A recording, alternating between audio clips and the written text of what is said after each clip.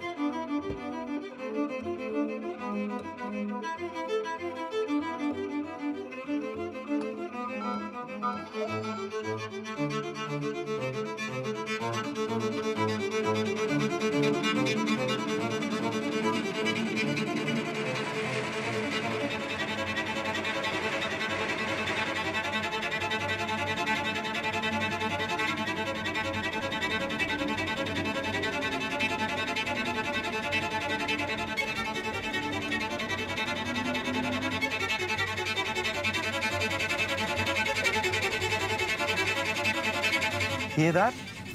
You can't hear it, can you? You can only hear the silence. I've just crept out of my garage before the sun comes up in an electric vehicle, which has meant I haven't disturbed my neighbours, haven't annoyed anybody in my street, and I'm just silently starting my day. Now, a lot of you will say that electric vehicles are only fast in a straight line, and plug-in hybrids, well, they're just boring, aren't they? Don't be so quick to judge. Don't be so harsh, because the electric vehicle that I'm driving can certainly behave like an electric vehicle, but it's also a plug-in hybrid. It behaves like one of those too, and it is anything but boring, and it's certainly quick, not just in a straight line, but around corners as well. It's going to make you think twice about electric vehicles and plug-in hybrids, and it will certainly, I promise you, get your pulse racing. To say the Ferrari 296 GTB is a special car is an understatement. Yes, it's powered by a V6 engine, but what a powertrain it is thanks to the plug-in hybrid component. This new Ferrari supercar is not just an indicator of what future hybrid technology can do, but it's a reminder that in 2023, a V6 engine is nothing to be sneezed at. The 2.9-litre turbocharged engine makes a formidable 478 kilowatts on its own. Factor in the electric motor and you get 610 kilowatts, 740 newton metres and a run from 0 to 100 kilometres an hour in 2.9 seconds. Keep your right foot nailed to the accelerator and you'll go from 0 to 200 kilometres an hour in just 7.3 seconds. The 7.5 kilowatt-hour battery pack provides up to 25 kilometres of pure electric driving range, and the 296 GTB weighs only 1,470 kilograms. The lightweight and lightning flash of power means it feels fast all the time.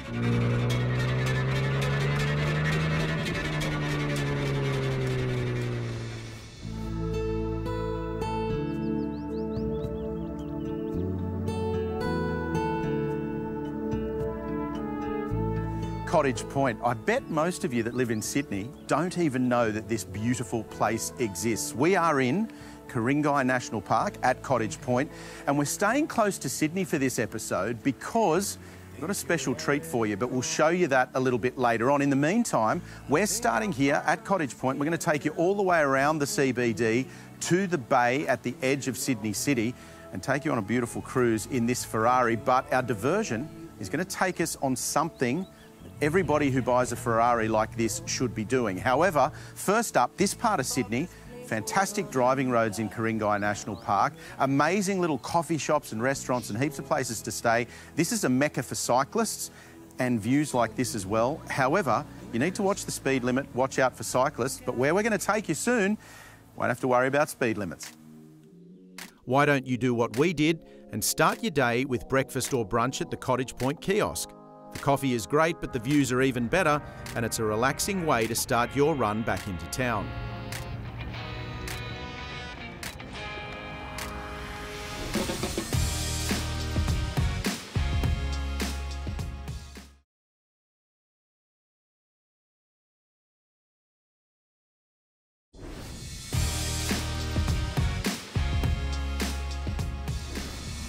Australia's ambition is to be a renewable energy superpower, and BP has a commitment to become a net zero company by 2050.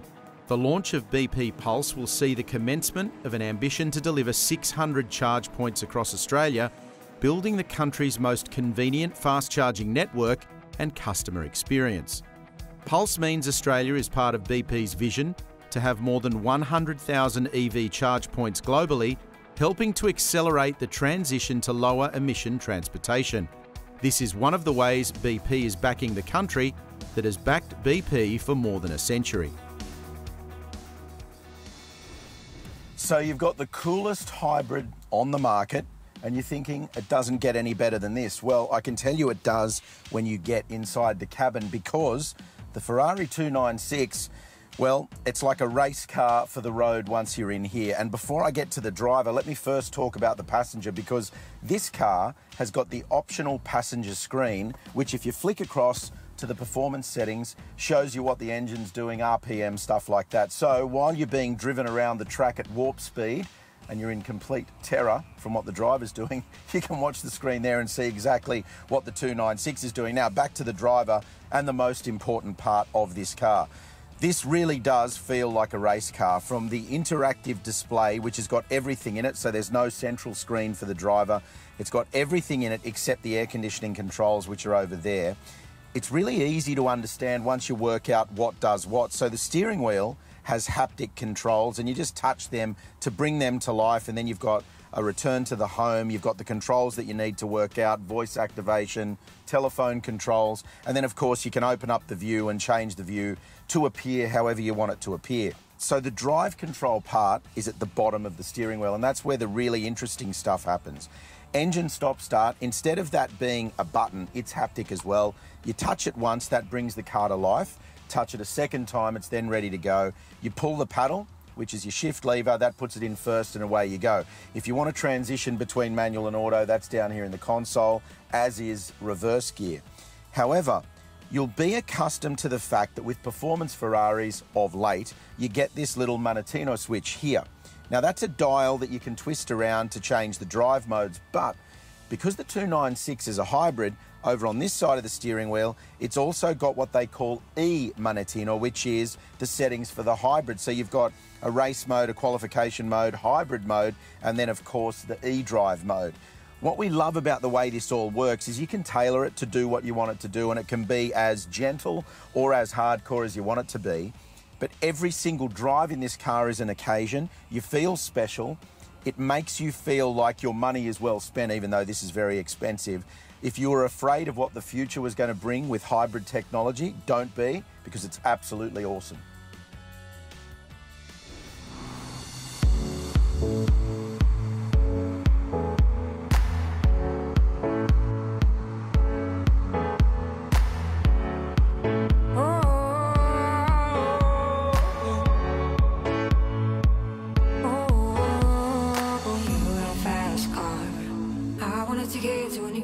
There's a lot to be said about driving any Ferrari, and the 296 GTB, well, it brings with it the same sense of occasion that you would expect of a supercar, even though it's got a V6 engine, even though it's a hybrid, even though you can drive in full electric mode as we are right now. And that's what I love about this car. It just cuts in, cuts out, petrol engine works when it needs to. It recuperates energy very, very smartly. In fact, it's one of the best examples of a hybrid doing that we've ever tested. And you'd kind of expect that because there's a lot of Ferrari Formula One technology at play here, but this is a beautiful car to drive at any speed, and I think that's the key. These roads that we're driving on here through the Ku-ring-gai National Park are some of the most beautiful in Sydney. They're half an hour to 40 minutes out of the CBD. Most people don't even know they're here. As I said, the cyclists and the motorcyclists, they know about it because they come here all the time, but a lot of people don't know that you can come in here and have a lovely cruise through here, stop somewhere and have a coffee, have something to eat. And most importantly, because the speed limit through here is 60 kilometres an hour, you're trundling along slowly enough that you can actually take in the scenery. Down around the bays and the river, it's absolutely gorgeous, and you're not going fast enough that you can't actually soak it in. It's a beautiful drive, and it's not too far from Sydney, so you should absolutely get out here.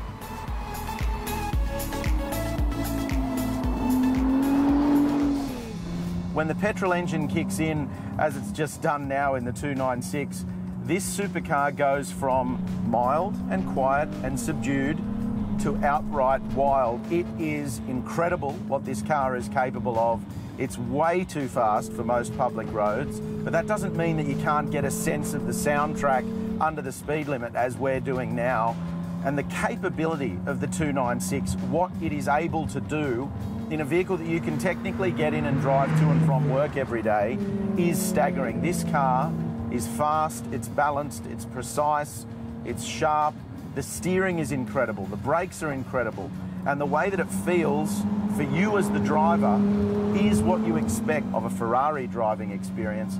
And I think the most important thing about this car is that every time you get behind the wheel, it feels special. There's something about it that just makes you feel special as the driver, and it turns every drive, no matter what you're doing, no matter where you're going, no matter how mundane it might seem, into an event.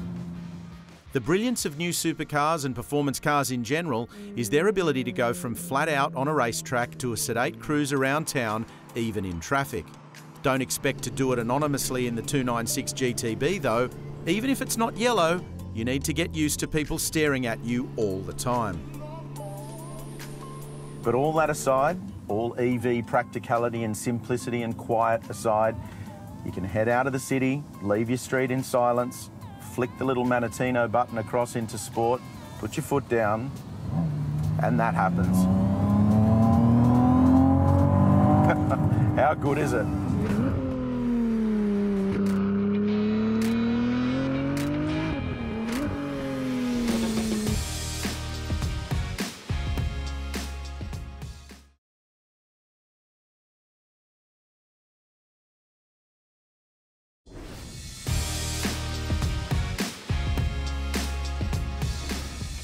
There's no doubt whatsoever that to properly experience the ability and pace of a car like the 296 GTB, you need to get off the road and onto a racetrack. And that's why you need to be right here, one of Australia's best motor racing circuits, Sydney Motorsport Park. The sound you can hear, well, that's the sweet sound of Ferrari engines being revved hard and the cars being worked properly on the racetrack. We say it all the time, the only way to truly experience the performance potential of a supercar is to come to a racing circuit like this. Driving them on the street is one thing, but to truly experience what they're capable of, you have to come here to the racetrack. That's what we're going to do today. We've got a little treat for you. We're going to spend some time with Ferrari's racing instructors, and if they're in the mood, they're going to show us just what this 296 is capable of. Let's have some fun. Drive has joined the Passione Ferrari Club Challenge event at Sydney Motorsport Park. It's run at 4 circuits around Australia and is a private racing club for Ferrari race car customers. So we're here at Sydney Motorsport Park for round 1 of Club Challenge Ferrari. It's an event for Ferrari owners in race cars to come and experience their car in a controlled racing environment. But then we also have things like Esperienza Ferrari where you can come and test drive the latest range of road cars. So the Passione events, which is bring your own Ferrari and drive it around the track, like a normal track day, 20 minutes every hour. We've got professional instructors here from our team to sit alongside you, but you also get to see the glitz and glamour of the race cars down pit lane. Some of them amazingly have never taken their Ferrari on a racetrack before, and when they first do, they can't believe how fast the car actually is. When you get a chance to have a big front straight like this here, you can obviously get some big speeds, but for most of them, it's how well the car brakes and how well the car corners.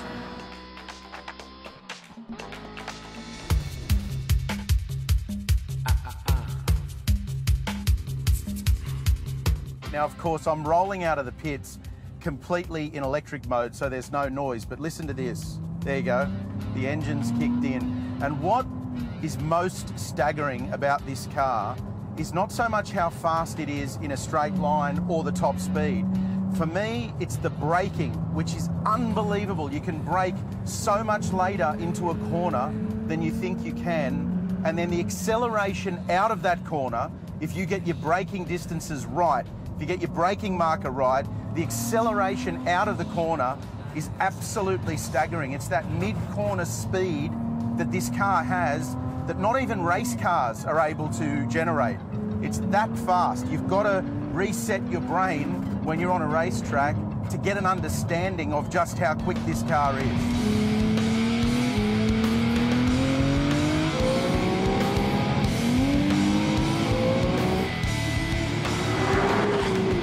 It's unbelievable, honestly. That mid-range there just shoves you back in the seat. The car gets a bit squirrely under brakes, but when you put your foot on the accelerator, just the pull and the push behind you, it just wants to go.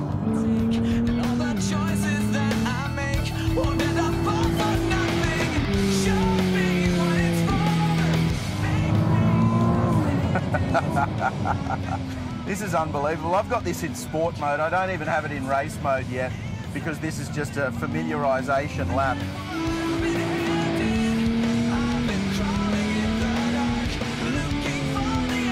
You enter corners so much faster than you thought you were going to, which means you've got to get on the brakes harder than your brain is understanding, and then once you're back on the accelerator, you're leaving the corner so quickly. It's just incredible. This car is phenomenal, and if you thought that hybrids or electric cars were boring, think again.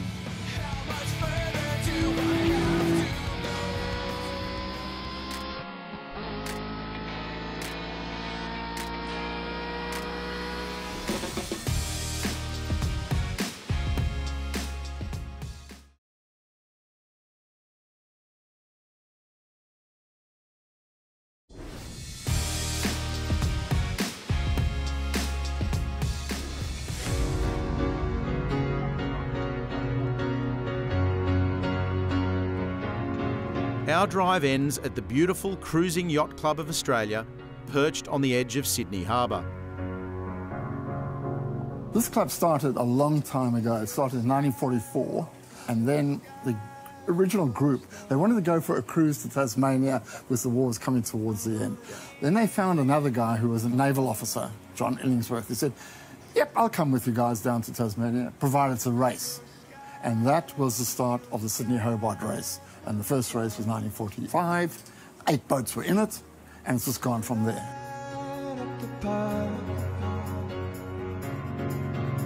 Yes, it is very important to what the club's about. It's the most premium ocean race in the world. You say stops a nation. It globally stops people. Seriously, it's Boxing Day. There's not much else on the go, but everyone is watching this race internationally.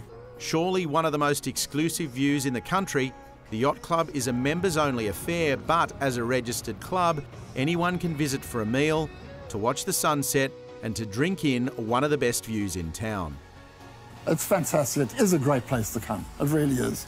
It's a club. So therefore, you're welcome to come to this club.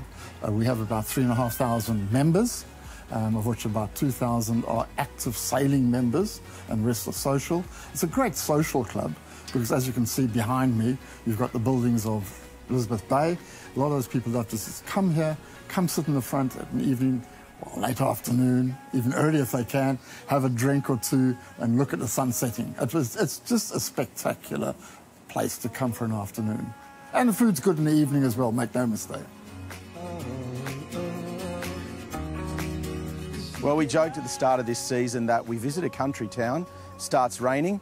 Guess what? We've come to the big smoke and it's raining here in Sydney as well. But seriously, doesn't get any better than this down here at the Cruising Yacht Club in Rushcutters Bay. We started this episode at Cottage Point. We were down there in the bay and we thought it can't get much better than this. And yet, here we are in some of the most prime real estate in Sydney, because when it comes to prime real estate, it doesn't get much more prime than where we are here in Rushcutters Bay. Now, this car is absolutely unbelievable. This is a mega supercar, and it really does have a lot of Formula One technology that is filtered down to the road. And that's why we diverted this episode and went to the racetrack, because if you buy a car like this, you should be sampling it off the street where you can experience its full performance potential. But in the meantime, if you've come to Sydney to do a track day or to visit, make sure you get down here, have a coffee, have some lunch, go to the bar if you're not driving, because this is an amazing part of the city of Sydney. And of course, we'll see you again next time for another great drive.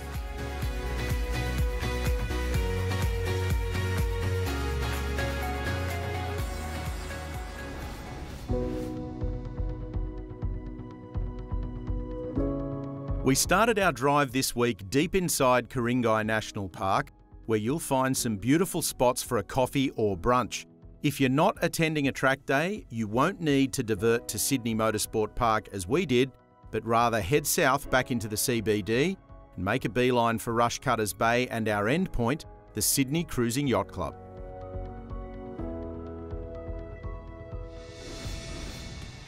Coming up next week, I take a city-focused electric vehicle on a short day trip outside Brisbane.